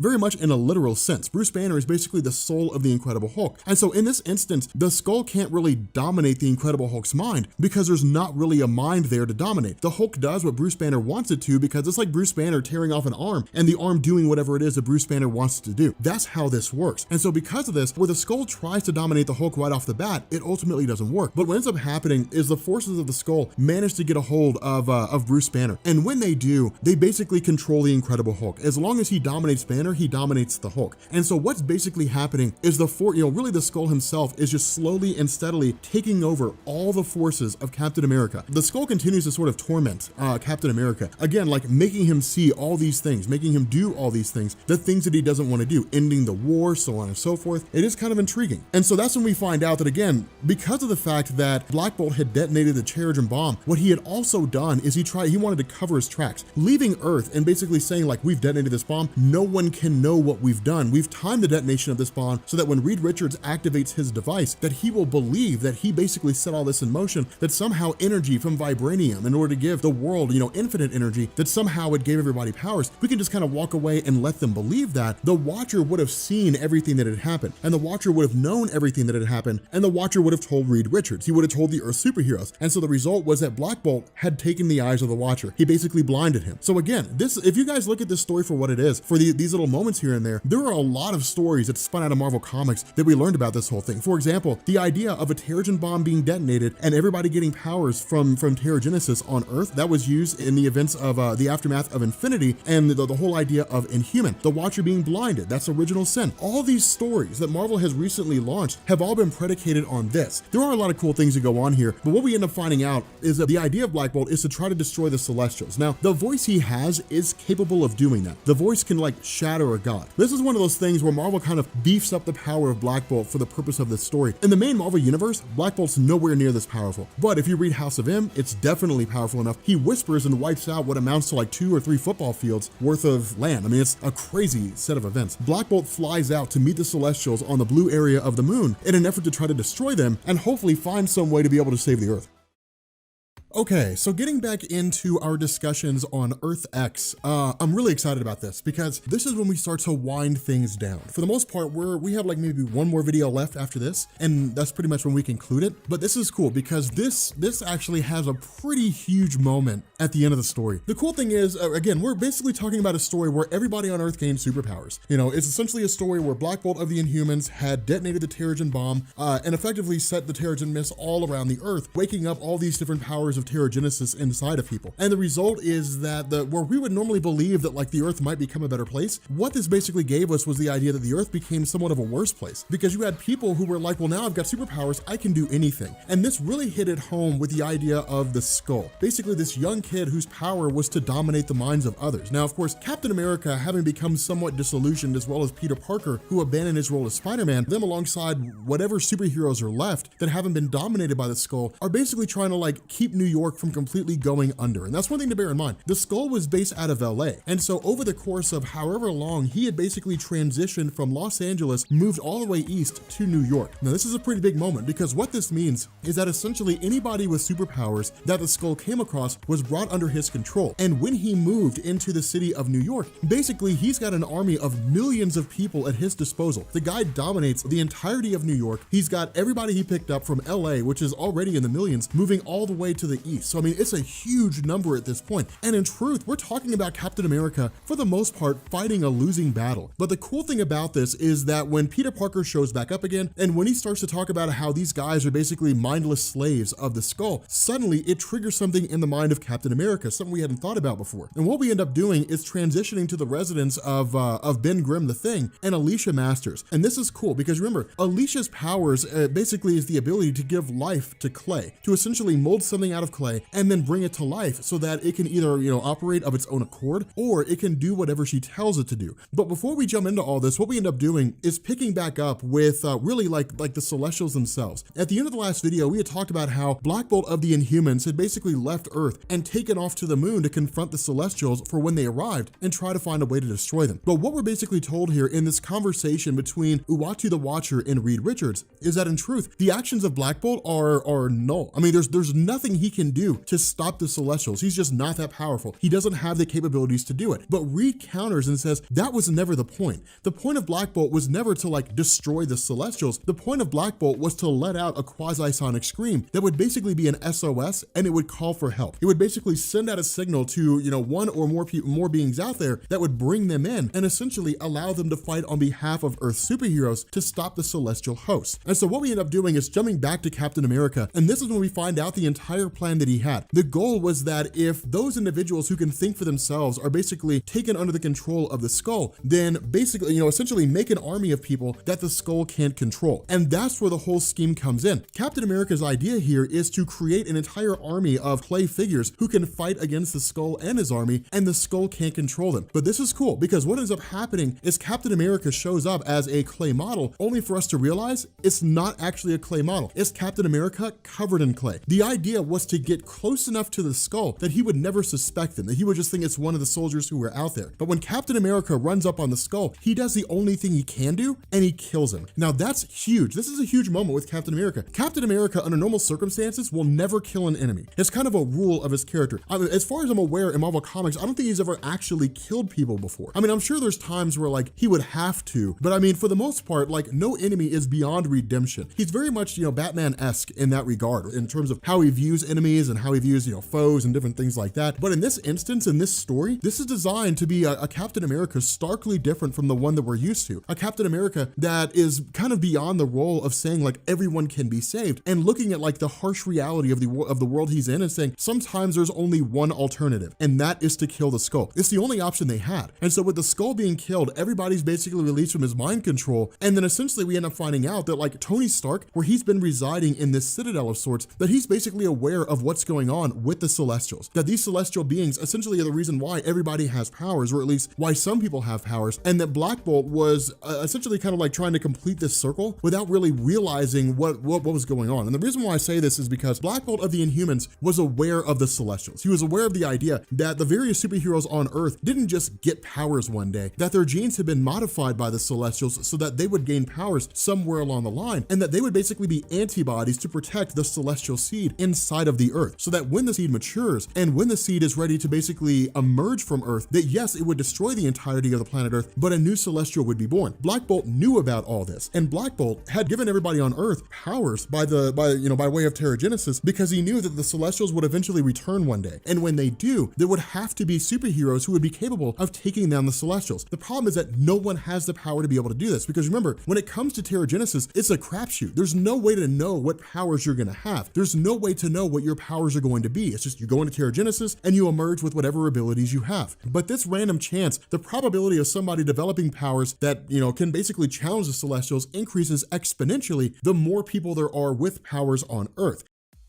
And so at the same time, Tony Stark had realized exactly what was going on as well. And what Tony had been doing the entire time he'd been hiding out in his bunker is basically developing a massive God killer kind of armor. Now again, this is one of the reasons why Earth X is such an influential story, because you look at things like this and then suddenly you jump forward to the more recent run of Iron Man when they're introduced to like the God killer armor, which is basically a giant suit that was designed to destroy celestials. And so again, that's why this really influenced a lot of future stories. But it's funny because even Tony Stark himself realizes that he's a stopgap measure. He doesn't have the power to like destroy celestials. He doesn't have that kind of ability because the celestials are godly beings. They're entities. They're designed to be beyond any real human that exists out there. The other half of this is that picking up with like the Asgardians themselves, the funny thing is that Loki is the only person who realized the nature of things. Now remember, we discovered this earlier in the story. Uatu the Watcher had basically explained this to us earlier in the story, that the Asgardians aren't beings who are literally gods. They were formless. They were just some sort of, some entities that existed out there, and they were given form when they first met humans. That humans looked upon them and said, wow, these beings must be the Asgardians. Like, this must be Odin, this must be Loki, this must be Thor. And then suddenly these beings adopted that mentality and they became the very heroes or the very characters that humans believed in. And so literally, the Asgardians are funneled by human belief. That's the whole basis behind Ragnarok. The Ragnarok won't happen because like Loki will lead an army against Asgard. Ragnarok will happen and Asgard will end because eventually humanity will be destroyed. And when humanity is destroyed, there'll be no one left to believe in the Asgardians. Ergo, these beings will revert back to their shapeless forms. Quote unquote, Asgard will come to an end. But Loki is the only one to have realized this. Odin, Thor, all these people, none of them believe him. They all think it's just the ravings of a madman, that it's insanity. And so Loki does the only thing he can do and basically kills himself and reverts to the realm of Mistress Death. Now we're gonna find out that there's actually a motivation for why he did this, but it is cool because again, it's people who kind of look at him and say, well, he's a trickster, he's a god of lies is all he is. And he's just making things up. It's just absolute nonsense. But jumping back over to Iron Man, in this kind of last ditch effort to take down these celestials to buy as much time as possible, he literally just like flies his vessel into one of them and is totally destroyed. But what ends up happening is we basically find out that like the efforts of Reed Richards and really the efforts of Black Bolt rang out true. That where Black Bolt's voice was sent out into the cosmos in an effort to find help, that when we switch over to like Jameson, basically the son of J. Jonah Jameson, a person who's working on the moon at the moment, that he's essentially gained access to the ultimate nullifier. And where he intends to use the ultimate nullifier to destroy all things, there's no need for him to. And the reason why there's no need for him to is because the backup, the signal sent out by Black Bolt has been received. The being that they were hoping for, who would show up to basically save Earth, has arrived. What this means is that Galactus has finally returned back to Earth.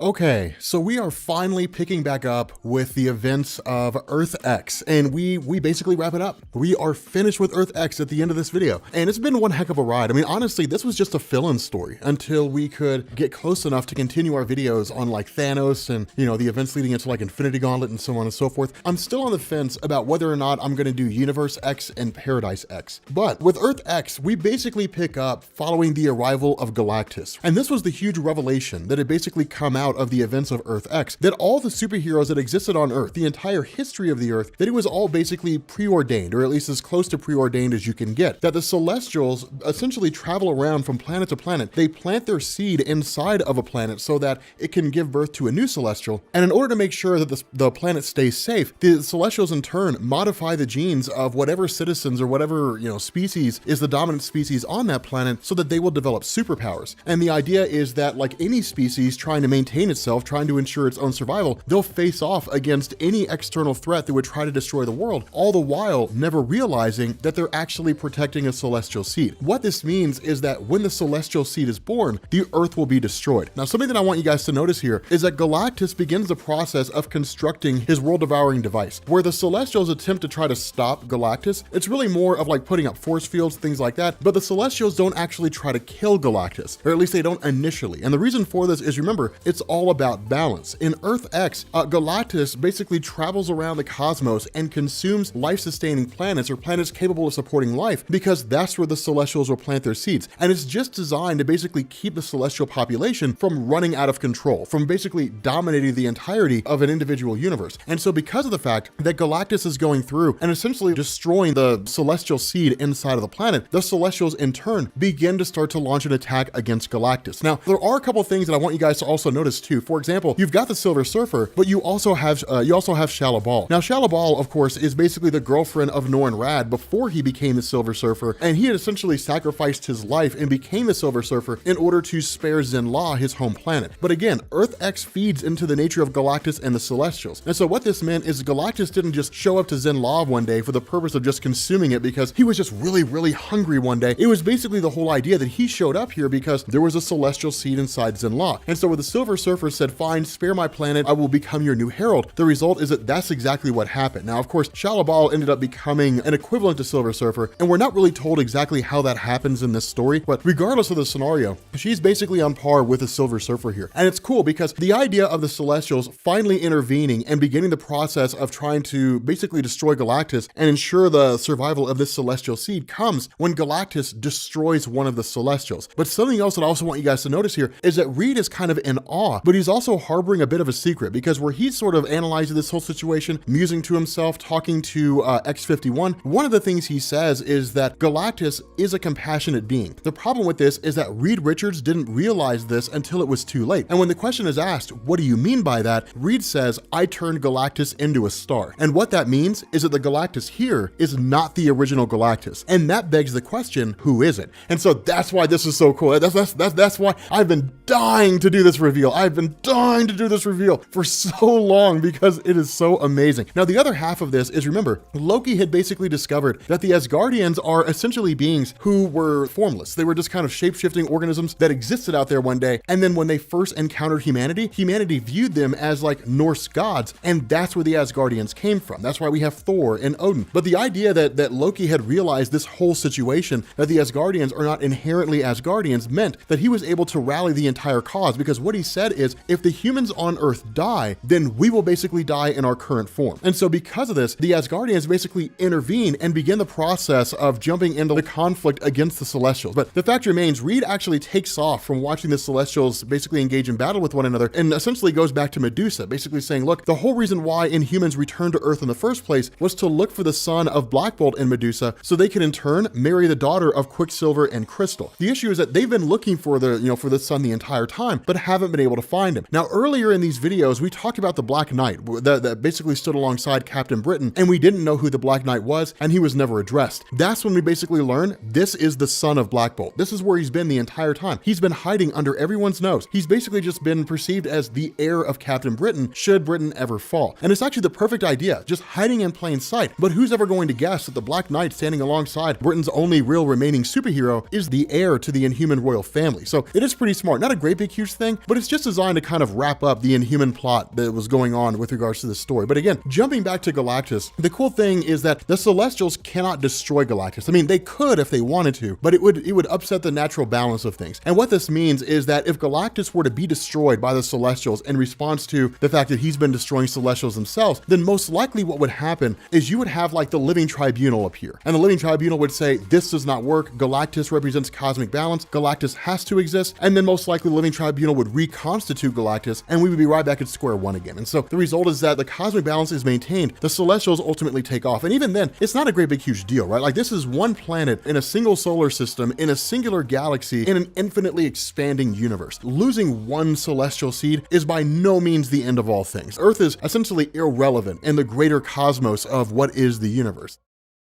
Because of that, what we end up having is Reed Richards, who travels back to New York and essentially like reaches out to Galactus and basically calls out his name. And this is when we learn Reed was the one who summoned Galactus. And the reason why Reed was able to summon Galactus across the cosmos is because Reed Richards didn't have like a device, he didn't have an artifact, he didn't shout the name Galactus. What he shouted was the name of Franklin. And that's when we find out Franklin Richards is the new Galactus. Now, this is insane. This is cool. But again, this is one of those moments where Marvel kind of built on this later on. Jonathan Hickman doing the whole like, Fantastic Four run and the idea that like future Franklin Richards powers were equal to the power of Galactus when they had that huge conversation at the end of the story and Galactus basically said like, we'll stand at the end of all things. It was kind of predicated on a lot of the Earth X stuff that was done. But the whole idea here is that Franklin doesn't really remember himself being Franklin Richards. He sees himself as Galactus and he operates as Galactus. Franklin realizes that he was called Franklin and he finds it kind of strange, but Reed's just kind of like, well, I just called you by the name of my son because, I love my son, but he doesn't really explicitly address Galactus and say,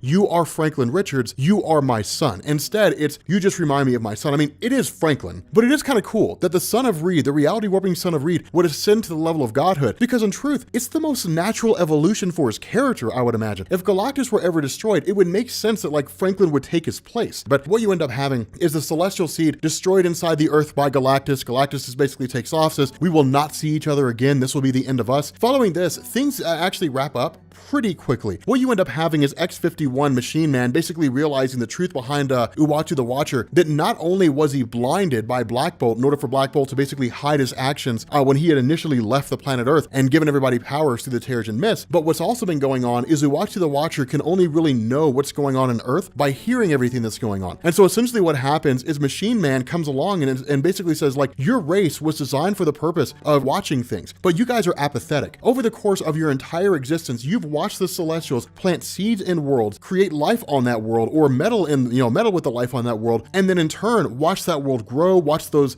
species kind of reach maturity, and then watch the Celestials show up, destroy everything, and then give birth to a new Celestial, and just repeat the same thing time and time again. Your entire existence has been nothing but the sole purpose of just watching things be destroyed. That's kind of the cool thing with Machine Man, because what he says is to do nothing in the face of such evil. That is truly heinous. But notice this, it's almost kind of like, the idea of like good and evil exists here, but in this scenario, I would say it doesn't. I mean, it doesn't make any sense to say like you are evil because of a inherent, natural drive that you as an organism has. The idea of Celestials planting their seeds in a planet and then manipulating the genes of that species in order for them to protect the planet, and then in turn having that planet destroyed when the Celestial is born, that's no more evil than like the wind blowing. They play a role in the universe. They are a fundamental force of the universe. Good and evil don't really apply here. And that's the cool thing, is because what this is designed to hit home at is despite the fact that X-51 Machine Man has watched all of this happen, and despite the fact that he has all this experience and what it means to like be human and to understand humans, at the end of the day, he's not human because he's trying to apply human attributes of right and wrong to a situation that doesn't call for it and it's not applicable. And so because of this, like the whole basis of Machine Man kind of adopting these mentalities and then in turn trying to use them on the Watcher really hits home at the idea that at the end of the day, when it's all said and done, he's no more of a man than he was when he was first created. He's just walking the paces. He's just doing what people do. And that's really about it. And so again, for the most part, with the Celestial Seed being destroyed, society just kind of reverts back to its standard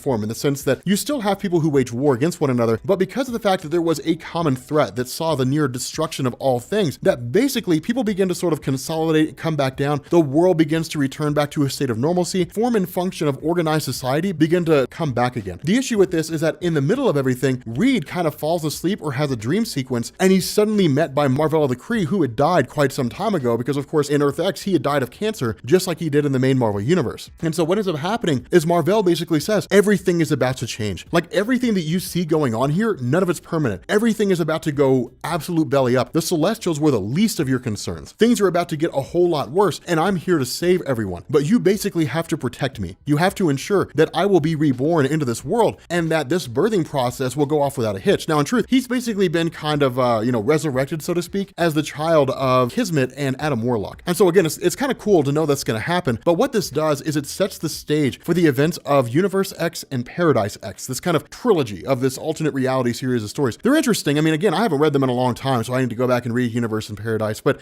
if you guys are interested in seeing those, let me know down in the comments section. I'm sure a lot of you guys will say yes. But if you guys are new here to Comics Explained, make sure you guys hit the sub button to become part of the Rob Corps. If you guys enjoyed this video, make sure you drop a like, and I will catch you all later. Peace.